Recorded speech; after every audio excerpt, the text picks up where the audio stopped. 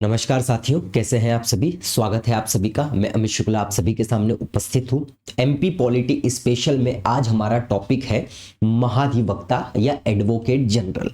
अगर आप सिलेबस को देखोगे एमपीपीएससी प्रीलिम्स के या जो भी अन्य एग्जाम, जैसे अभी कितनी सारी एग्जाम आई है, तो उसमें पार्ट ए एमपी पॉलिटी बहुत ही इंपॉर्टेंट रहता है। तो आपको सिलेबस में महाधिवक्ता दिखेगा नहीं, लेकिन लगातार 3-4 एग्जाम में महाधिवक्ता पूछा जा रहा है और पहले भी मैं आपको पढ़ाया हुआ हूं। तो एमपी पॉलिटी में या किसी भी स्टेट की पॉलिटी में महाधिवक्ता आपके लिए पढ़ना बहुत ही ज्यादा आवश्यक है। आप संविधान का सिलेबस पढ़ रहे हो तो महाधिवक्ता जरूरी है। किसी स्टेट की एग्जाम की तैयारी कर रहे हो, आपके सिलेबस में पॉलिटी तो रहता ही रहता है, वहां महाधिवक्ता पढ़ना है। और एमपीपीएससी के लिए या पीईबी की कोई भी एग्जाम के लिए एमपी पॉलिटी में महाधिवक्ता पढ़ना अत्यंत आवश्यक है। आप इसे छोड़ नहीं सकते हैं। तो कोई दूसरी स्टेट की एग्जाम की कोई तैयारी कर रहा है तो आप बस एमपी वाला पार्ट मत कीजिएगा, बाकी सभी संवैधानिक प्रावधान एज इट इज दिखने वाले हैं और पॉलिटी में तो ये कवर हो ही जाएगा। और एमपी पॉलिटी के लिए तो हम इसको सब कुछ देखेंगे, इसके संवैधानिक प्रावधान देखेंगे, संवैधानिक प्रावधान के साथ एमपी से रिलेटेड महाधिवक्ता के क्या क्या प्रोविजंस है वो सभी देखेंगे और एक लिस्ट हम देखेंगे कौन कौन महाधिवक्ता बना है। बस इसकी लिस्ट की कोरिलेशन याद करने का जो एक लेक्चर है वो आपको बाद में प्रोवाइड करवाऊंगा। अभी तो हम केवल इसी पर फोकस करेंगे। इन सभी लेक्चर्स के लिंक्स के लिए साथ ही साथ हिंदी और इंग्लिश पीडीएफ अलग अलग मैं लेक्चर आपको टेक्निकल वर्ड्स को इंग्लिश में भी रख रहा हूं ताकि इंग्लिश मीडियम वालों को दिक्कत ना आए। इन सभी के लिए आप हमारे सोशल नेटवर्किंग प्लेटफॉर्म पर जरूर जुड़ जाएं। ज्ञानदूत एकेडमी, साथ ही साथ Amit Shukla notes Telegram channel और इंस्टा, फेसबुक और सभी जगह पर जुड़े। और यूट्यूब का तो आप जरूर सब्सक्राइब कर लीजिए, ये मेरा नंबर है। यहां पर आप व्हाट्सएप पर मैसेज के द्वारा जुड़ सकते हैं, कॉल नहीं। ठीक, ऐप को भी डाउनलोड करके रखिए, डिस्क्रिप्शन में सभी की लिंक देकर रखी है। बात करते हैं महाधिवक्ता की। महाधिवक्ता, एडवोकेट जनरल,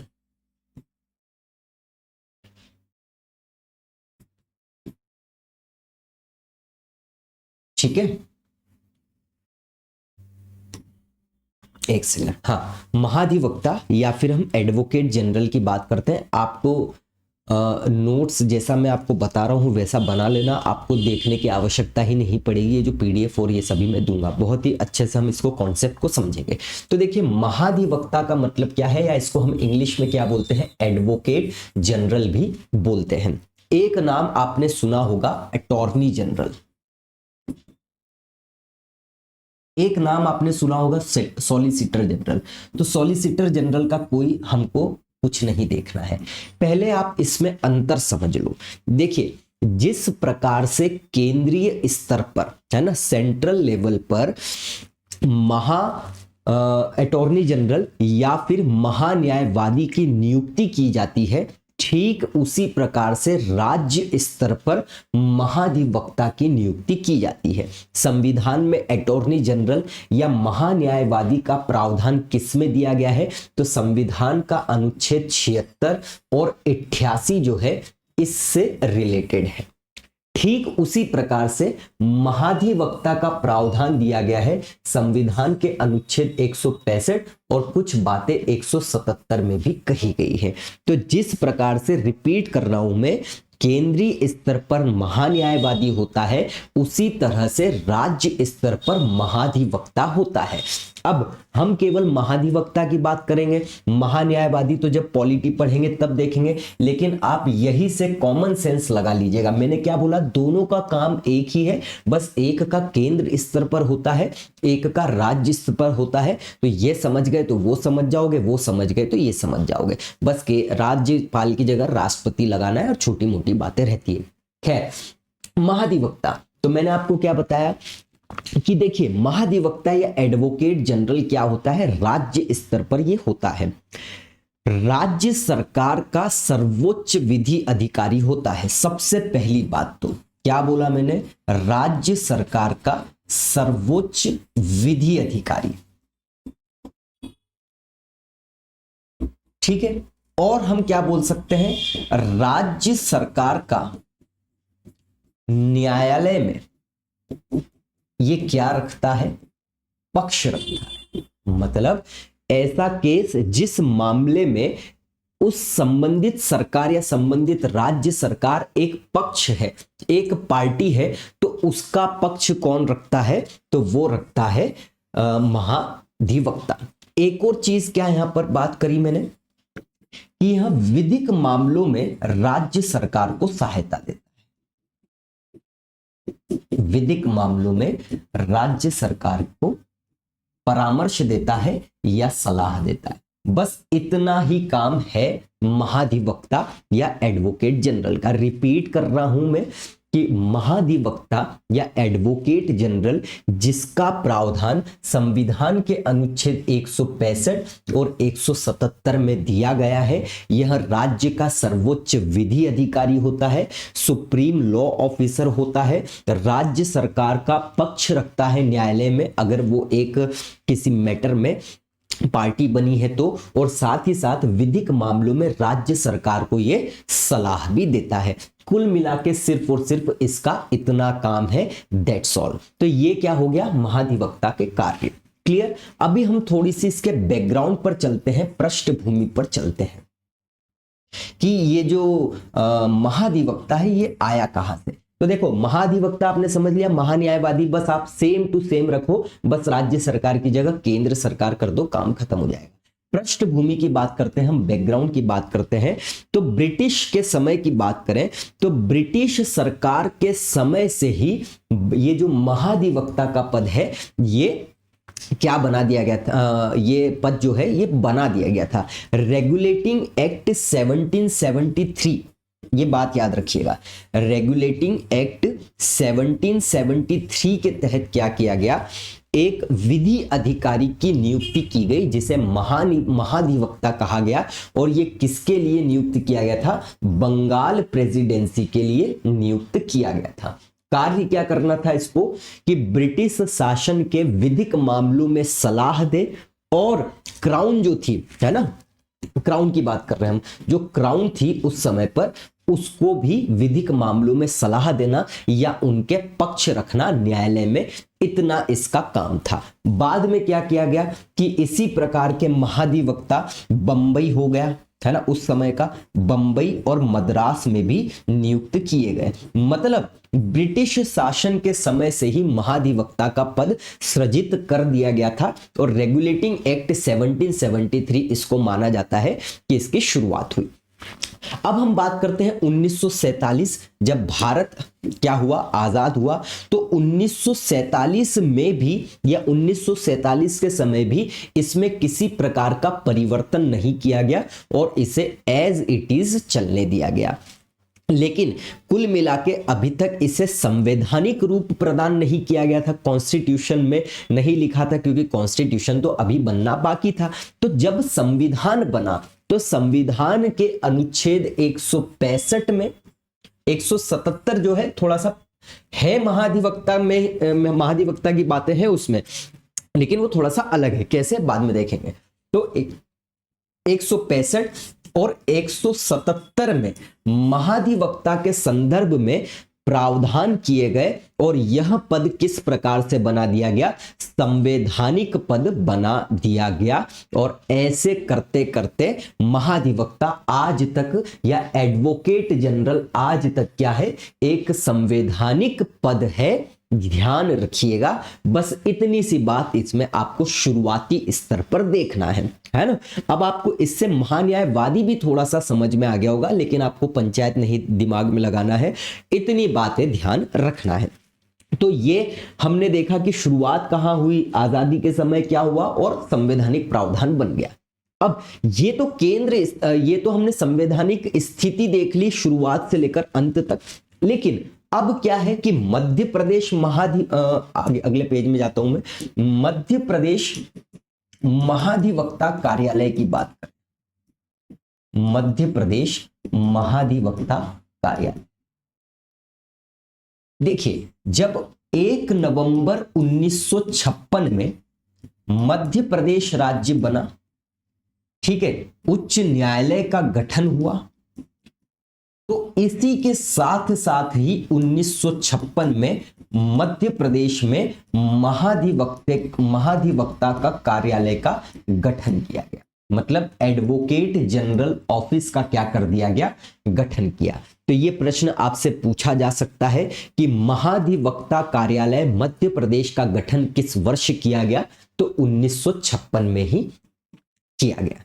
क्लियर है बात एज यूजुअल। चलिए, तो अब जो मैंने आपको पढ़ाया है थोड़ा सा देख लो। महाधिवक्ता कार्यालय का इतिहास मैंने आपको बताया ब्रिटिश शासन के समय से ही था। 1773 के रेगुलेटिंग एक्ट के जरिए आया। बंगाल में पद सृजित किया गया। बाद में मद्रास और बॉम्बे में भी इसी प्रकार के पद को क्या किया गया, शुरू किया गया। 1947 के समय भी ये एक सर्वोच्च विधि अधिकारी के रूप में रहा, है ना। और बाद में जब संविधान बना तो 165 और 177 के अंतर्गत इसके प्रावधान किए गए। राज्य मध्य प्रदेश में महाधिवक्ता कार्यालय की बात बताई, तो जब मध्य प्रदेश 1956 में बना तो उसी के साथ साथ मध्य प्रदेश उच्च न्यायालय का भी गठन हुआ और महाधिवक्ता कार्यालय भी 1956 में क्या हुआ, बन गया, है ना। एक बात याद रखिएगा, बहुत ही महत्वपूर्ण है कि मध्य प्रदेश के सबसे पहले महाधिवक्ता या first advocate general of MP M अधिकारी बहुत ही महत्वपूर्ण है, जो कि आपसे सीधा सीधा प्रश्न पूछा जा सकता है। क्या नाम है इनका, एम अधिकारी। ठीक, अब जैसा आपको शुरुआत में ही बता दिया था कि महाधिवक्ता का कार्य क्या होता है, तो उन सभी मामलों में राज्य सरकार का पक्ष प्रस्तुत करता है जिस मामले में सरकार एक पक्ष हो या पार्टी हो किसी मैटर में, है ना। विशेषकर क्योंकि मध्य प्रदेश से संबंधित है तो मध्य प्रदेश उच्च न्यायालय में ही जाएगा, या मध्य प्रदेश किसी ऐसे मामले में केंद्रीय प्रशासनिक न्यायाधिकरण या सेंट्रल एडमिनिस्ट्रेटिव ट्राइब्यूनल, जिसको सीएटी भी बोलते हैं, वहां पर एक पार्टी हो तो वहां पर भी ये क्या करता है, विधिक मामले में सलाह देता है। राज्य का सर्वोच्च विधि अधिकारी होता है ना। और मैंने आपको बताया कि केंद्र स्तर पर जो महान्यायवादी है उसी के पद के बराबर ये रहता है। महाधिवक्ता का कार्य विधिक मामलों में सरकार को सलाह देना होता है, ये भी स्पष्ट तौर पर मैं आपको बता चुका हूं। महाधिवक्ता के कार्य और भूमिका है। अब हम चल रहे हैं थोड़े से संविधान के संदर्भ में, लेकिन उससे पहले भी मैं आपको ये बता दूं कि अपन ये देख कर आ चुके हैं, एक संवैधानिक पद है ना, संवैधानिक प्राधिकारी होता है। 165 और 177 में इसका प्रावधान किया गया है। अब हम आते हैं अनुच्छेद 165 में क्या क्या बातें बोली गई है। देखो, स्पष्ट तौर पर ध्यान रखना, नियुक्ति की बात करें, त्याग पत्र की बात करें, हटाने की बात करें, वेतन भत्ते की बात करें, एक नाम याद रख लेना, सब कुछ तय कौन करेगा, राज्यपाल ही तय करेगा, इसके अलावा और कुछ भी नहीं देखना है। और 165 में ही ये सभी बात बोली गई है। जैसे एक व्यक्ति को महाधिवक्ता नियुक्त किया जाएगा तो किसके द्वारा नियुक्त किया जाएगा, राज्यपाल के द्वारा किया जाएगा। लेकिन एक शर्त है, ये प्रश्न आ सकता है कि किसे महाधिवक्ता नियुक्त किया जा सकता है, तो एक ऐसा व्यक्ति जो हाईकोर्ट का, है ना, हाईकोर्ट का जज बनने की एलिजिबिलिटी रखता हो, उसी व्यक्ति को राज्यपाल महाधिवक्ता के रूप में या एडवोकेट जनरल के रूप में नियुक्त कर सकता है। अब इसकी क्या एलिजिबिलिटी होती है हाईकोर्ट का जज बनने की, तो आप हाईकोर्ट वाले वीडियोस देख लो, बेहतरीन तरीके से उसमें समझाया गया है, जहां पर पहले हमने हाई कोर्ट से रिलेटेड पूरे प्रोविजंस देखे, फिर मध्य प्रदेश का इतिहास, फिर सभी लिस्ट, फिर उनसे संबंधित तथ्य, फिर कोरिलेशन, है ना, तो वो आपको मिल जाएगा। उच्च न्यायालय का न्यायाधीश, तो ये एक बात बहुत महत्वपूर्ण हो जाती है। अगली बात बोलते हैं तो कर्तव्य क्या है। स्पष्ट तौर पर मैंने आपको बोला राज्य का सर्वोच्च विधिक अधिकारी है, तो विधिक मामलों में राज्य सरकार को परामर्श देना इसका सबसे महत्वपूर्ण कार्य है। साथ ही साथ राज्यपाल अगर इसे कोई भी विधिक मामला सौंपते हैं, कानून या लॉ से रिलेटेड कोई मामला सौंपते हैं, तो उस पर भी इसे विधिक सलाह देना अनिवार्य है। इसके अलावा संविधान या उस समय चल रही कोई भी विधि के अंतर्गत कोई इसका अन्य कर्तव्य है, तो उसका भी इसको निर्वहन करना इसकी क्या है, ड्यूटी है या रेस्पॉन्सिबिलिटी है, यही कर्तव्य है जो कि मैं आपको यहां पर बता रहा हूं। तो ये कर्तव्य है, शुरुआत में ही अपन देखकर आ चुके हैं। आगे अगर हम बात करें कार्यालय क्या है, तो सीधा प्रश्न आएगा कि महाधिवक्ता अपने पद पर कितने समय तक रहते हैं, तो संवैधानिक प्रावधान है या संवैधानिक पद है, याद रखिएगा, राज्यपाल के प्रसाद पर्यंत। और प्रसाद पर्यंत का मतलब तो मैं आपको बता ही चुका हूं, on the pleasure of governor, मतलब कि जब तक राज्यपाल चाहे तब तक ये अपने पद पर रहेगा। अब यहां पर आप मुख्यमंत्री और मंत्रिमंडल वाली संवैधानिक प्रावधान वाली क्लास देखे हैं, तो यहां पर इसका मतलब आप जरूर समझ जाएंगे कि जब तक राज्यपाल चाहे, इसके अंदर की छुपी हुई बात है ना, तो वो वहां पर देखिएगा, यहां पर ज्यादा मैं नहीं बताऊंगा। किसी भी समय राज्यपाल को त्याग पत्र दे सकता है, तो सब कुछ राज्यपाल ही यहां पर रहने वाला है। शपथ, तो महाधिवक्ता को शपथ कौन दिलाएगा, राज्यपाल ही दिलाने वाला है। वेतन भत्ते, सब कुछ राज्यपाल ही इसमें क्या करने वाला है, निर्धारित करने वाला है। क्लियर बात, ये महाधिवक्ता से रिलेटेड संवैधानिक प्रावधान खत्म होते हैं। लेकिन 177 अनुच्छेद 177 क्या बोलता है कि विधानमंडल, किसी राज्य की विधानमंडल, और अगर हम विधानमंडल बोलते हैं तो इसका मतलब क्या होता है कि विधानसभा और विधान परिषद। क्लियर बात। अब हर राज्य में विधान परिषद तो नहीं होती है ना, हमारे मध्य प्रदेश में तो केवल विधानसभा है। तो ये बोल रहा है कि महाधिवक्ता के विधानमंडल में क्या क्या अधिकार है। तो हम दो एग्जाम्पल मानते हैं, एक तो मान लेते हैं मध्य प्रदेश जहां पर केवल विधानसभा है, हम मान लेते हैं महाराष्ट्र जहां पर विधानसभा भी है और विधान परिषद भी है। ठीक है, तो महाधिवक्ता जो है मध्य प्रदेश या संबंधित राज्य के विधानमंडल मतलब विधानसभा या दोनों हाउस है तो विधानसभा और विधान परिषद में भाग ले सकता है ना, उनकी बैठकों में भाग ले सकता है, बोल सकता है।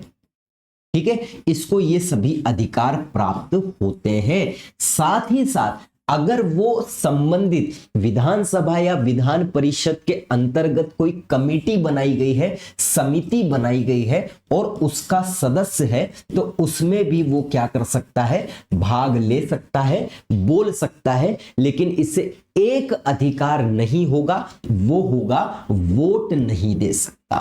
तो बोलने का, बैठने का, समिति का सदस्य है तो भी बोलने का, बैठने का सब अधिकार होगा, चाहे विधानसभा अगर दोनों है तो दोनों में, लेकिन वोट नहीं दे सकता। ये 177 में बताया गया है, इसके अलावा यहां पर कुछ नहीं है। आप इसे पढ़ लीजिए कि राज्य का महाधिवक्ता को यह अधिकार है कि वह राज्य की विधानसभा की कार्रवाई में बोल सके, उसमें भाग ले, और अगर विधान परिषद भी है तो दोनों सदनों में बोल ले, भाग ले। अगर किसी समिति की कार्रवाई में जिसका वह सदस्य है तो भी वो क्या कर सकता है, बोल सकता है, भाग ले सकता है, लेकिन किसी भी शर्त के अंतर्गत उसे वोट करने का अधिकार नहीं है। कॉमन सेंस की बात है कि वोट करने का मतलब यहां पर यह है कि आप अलग से चुनकर आए हो, विधानसभा विधान परिषद के सदस्य नहीं हो, इसलिए आपको वोट करने का अधिकार प्राप्त नहीं होगा। As simple is that. Clear, ये होते हैं संवैधानिक प्रावधान खत्म। अब हमको एक बहुत ही इंपॉर्टेंट केस को देखना है, उसका नाम है जोगिंदर सिंह वासु बनाम पंजाब राज्य 1994। मैं आपको लिटरली बोल रहा हूं, कोई भी लेक्चर होगा, कोई भी पीडीएफ होगी, कोई भी कोर्स होगा जहां पर आपने पहले महाधिवक्ता के बारे में पढ़ा हो और अब यहां पर आप पढ़ रहे हो, तो इतना ऑथेंटिक और इतना डीप डेटा, कॉन्सेप्ट और थ्योरी के साथ समझाया हुआ आपको शायद ही मिले। ये बात आप ध्यान रखिएगा, इसलिए चैनल को सब्सक्राइब कर लीजिएगा, क्योंकि जो भी लेक्चर यहां पर मिलेगा वहां से प्रश्न बाहर आने की संभावना ना के बराबर है। क्लियर, अब आपकी सद्बुद्धि के अनुसार आपको निर्णय लेना है। देखिए, जोगिंदर सिंह वसु बनाम पंजाब राज्य 1994, ये एक बहुत ही इंपॉर्टेंट और बहुत ही अच्छा हम बोल सकते हैं केस आया था 1994 में। इसमें जोगिंदर सिंह वसु ने क्या किया, कोर्ट में रिट लगाई, और कोर्ट में रिट लगाने के बाद ये बोला गया कि पंजाब में महाधिवक्ता को असंवैधानिक तरीके से हटाया गया है, बिना कुछ बताए और बिना किसी कारण के। तो क्या जो महाधिवक्ता है उसका राज्य सरकार के साथ संबंध कैसा है, एक वकील और मुवक्किल के जैसा संबंध है, मतलब क्लाइंट और जो वकील है, एडवोकेट है, उस प्रकार का संबंध है, या फिर अधिकारी नियोक्ता और कर्मचारी, मतलब नौकरी देने वाला और नौकरी करने वाले के बीच में जो संबंध होता है वैसा संबंध है, किस प्रकार का संबंध है। तो सुप्रीम कोर्ट ने एक आदेश दिया, बहुत बढ़िया आदेश दिया। इसमें स्पष्ट की गई बात, इसमें यह बोला गया सुप्रीम कोर्ट के द्वारा कि महाधिवक्ता और राज्य सरकार के बीच में जो संबंध है वो नियोक्ता और कर्मचारी का संबंध नहीं है, ये संबंध एक वकील और मुवक्किल की तरह है, मतलब क्लाइंट और एडवोकेट वकील के बीच में जो संबंध होता है उस प्रकार का संबंध है। और ये पूर्ण रूप से पॉलिटिकल, अगर हम बात करें, है ना, पॉलिटिकल बिलीव जो होता है उसी पर ये बेस्ड है पूर्ण रूप से। मतलब सरकार का जिस पर भरोसा है वो उसे विधिक अधिकारी या महाधिवक्ता के तौर पर नियुक्त कर सकती है, और जब वो चाहे हटा सकती है, चाहे तो कारण दे या चाहे तो कारण न दे, संवैधानिक पद होने के बावजूद। और इसको एक एग्जाम्पल में बहुत आसानी से आप समझ सकते हैं कि आपका कोई मामला चल रहा हो केस में, आप वकील किसे चुनोगे, जिस पर आपका भरोसा हो, ना कि हर किसी को। ठीक उसी प्रकार से इसमें सुप्रीम कोर्ट ने स्पष्ट कह दिया है कि सरकार को जिस पर भरोसा होगा उसे महाधिवक्ता, लेकिन एलिजिबल व्यक्ति को नियुक्त किया जा सकता है, उसे वो जब चाहे हटा सकती है और जब चाहे नियुक्त कर सकती है, इसमें कोई अड़चन वाली बात नहीं है। और स्पष्ट कर दिया कि क्लाइंट और एडवोकेट का संबंध है, ना कि कर्मचारी और नियोक्ता का। और इस प्रकार से इसमें यह बात होती है, जो कि आपको मैंने बता दिया है। मेन इशू क्या था, तो क्या राज्य सरकार और महाधिवक्ता या विधिक अधिकारी के बीच नियोक्ता कर्मचारी संबंध है, या वे केवल वकील और मुवक्किल के संबंध रखते हैं। तो सुप्रीम कोर्ट ने क्या बोला, महाधिवक्ता और अन्य विधि अधिकारी राज्य सरकार के कर्मचारी नहीं है, वे केवल सरकार के विधिक प्रतिनिधि है, जिन्हें अदालतों में राज्य के मामलों को देखने और सलाह देने के लिए नियुक्त किया जाता है ना। इनका राज्य सरकार से संबंध केवल मुवक्किल और वकील का होता है, ना कि नियोक्ता और कर्मचारी। इसलिए सरकार अपनी आवश्यकता और विश्वास के अनुसार इनकी नियुक्ति या सेवा समाप्ति खत्म कर सकती है। अब यहां पर लेक्चर देखने के फायदे क्या है। लेक्चर देखने से आपके शॉर्ट नोट्स बनते हैं, आप क्लास में ही रिवाइज करते हो, सुन सुन के, बोल बोल कर, साथ ही साथ आपके दिमाग में फिट हो जाता है। कोई ऐसी बात जो आपको पीडीएफ से समझ में नहीं आएगी लेकिन लेक्चर से समझ में आ जाएगी। पहले मैं आपको पूरा समझा के फिर दिखाता हूं, है ना। तो ये हो सकता है कोई ये सीधा सीधा पढ़ रहा हो, लेकिन लेक्चर से बहुत आसान आपका हो जाएगा। फिर किस प्रकार के प्रश्न आएंगे, कहां पर कैसे टैकल करना है, ये लेक्चर से बहुत फायदा होता है। अब एक 20-25 मिनट की क्लास लेके आप हमेशा के लिए अपना समय बचा सकते हैं, बजाय बार बार हर थोड़े दिन में पीडीएफ पढ़ोगे, तो वो आपके लिए आसान होता है। ठीक, और इस प्रकार से हमारा महाधिवक्ता खत्म होता है। थोड़ा सा एमपी से रिलेटेड बात कर लेते हैं। महाधिवक्ता का जो ऑफिस है मध्य प्रदेश के अंतर्गत हम बात करें तो कहां कहां है पूछा जा सकता है। इंदौर में है, जबलपुर में है, ग्वालियर में है और एक नई दिल्ली में भी है। ये स्पष्ट तौर पर आप ध्यान रखिएगा, है ना। इसमें कोई याद नहीं कराऊंगा। पहले महाधिवक्ता कौन थे, तो मध्य प्रदेश थे, है ना, सॉरी, मध्य प्रदेश के अहम अधिकारी थे। 1 नवंबर 1956 से ही ये बन गए थे। 1966 मतलब लगभग 10 साल तक ये अपने पद पर रहे थे, है ना। और 31 मई, तो पहले वाले की हमेशा तारीख आपको याद रखना चाहिए, चाहे वो मुख्यमंत्री हो, फिर हम बात करें राज्यपाल हो, लोकसभा अपना विधानसभा अध्यक्ष हो, उपाध्यक्ष हो, विपक्ष का नेता हो, कोई भी हो, है ना, वो सभी कोरिलेशन से आपको मिल ही रहे हैं। तो 1 नवंबर 1956 से 66 ये तारीख आपको ध्यान रखना है। और वर्तमान में जो है तो माननीय प्रशांत सिंह, बहुत महत्वपूर्ण है, 13/10/2021।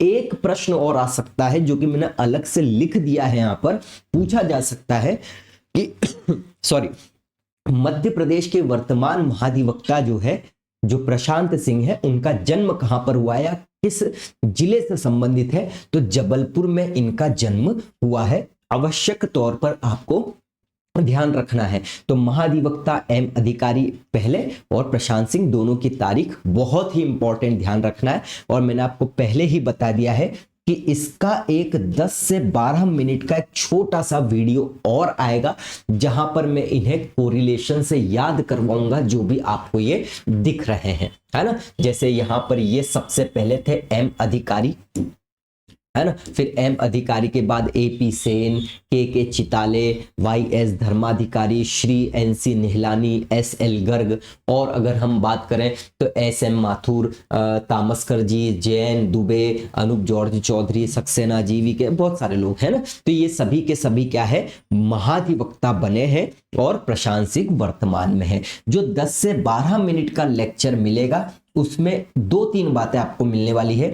एक तो कोरिलेशन से सभी महाधिवक्ता याद करवा दूंगा, दूसरी इसमें कुछ छोटी छोटी बातें हैं जैसे सबसे कम समय तक पद पर कौन रहा, ठीक है, सबसे अधिक समय तक पद पर कौन रहा, है ना, ये सभी कितने बने हैं, कोई 1 या 2 बार बना है। जैसे मैं आपको बताऊं तो पुरुषेंद्र कौरव एकमात्र ऐसे महाधिवक्ता है जो 2 बार बने हैं, इस पद पर नियुक्त किए गए हैं। तो ऐसी सभी छोटी छोटी बातें मैं आपको इस 10 से 12 मिनट के वीडियो में बताऊंगा। लेकिन इस वीडियो के लिए अभी थोड़ा सा वेट करें, और ये वीडियो आपको सिर्फ और सिर्फ ऐप पर मिलेगा, यूट्यूब पर नहीं दूंगा। इसीलिए बोलता हूं कि ऐप को इंस्टॉल करके रखिए ताकि नोटिफिकेशंस आपको मिल सके। अनइंस्टॉल कर दोगे तो दिक्कत होगी। और टेलीग्राम और व्हाट्सएप चैनल सब जगह रहिए ताकि जब आ जाए तो मैं आपको लिंक्स दूं, एमसीक्यूज, पीवाईक्यू सब चीजें आपको स्पष्ट तौर पर वहां पर मिल रही है। तो इस प्रकार से हमारा खत्म होता है क्या, मध्य प्रदेश महाधिवक्ता। इसके अलावा कुछ भी करने की आवश्यकता नहीं है। और मिलते हैं हम फिर अगले लेक्चर में। तब तक के लिए जय हिंद, जय भारत, जय Mahakal. Thank you so much.